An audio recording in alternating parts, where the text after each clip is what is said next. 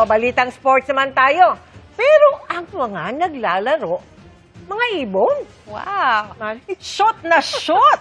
Ang skills ng mga lovebirds ng Kabuyaw na hindi nagpapatalo sa hard court. Nagala sports commentator naman ang kanilang trainer sa video na Flying High with almost 4 million online views. Inagaw ni Sunny. Inagaw ni Aki. Sinot! Tumakbo siya mo!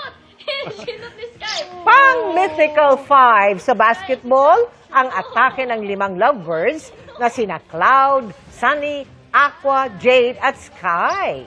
Mala Michael Jordan pa nga sa pagdadunk. Kaya kada shoot sa ring, may instant reward na pagkain. Kwento ng kanilang trainer, 2 taon na silang nagsasanay ng mga ibon na marami na ngayong alam na tricks. Bukod sa TikTok, nagpe-perform daw sila sa iba't ibang lugar at events para magbigay saya at awareness sa tamang pag-alaga ng ibon.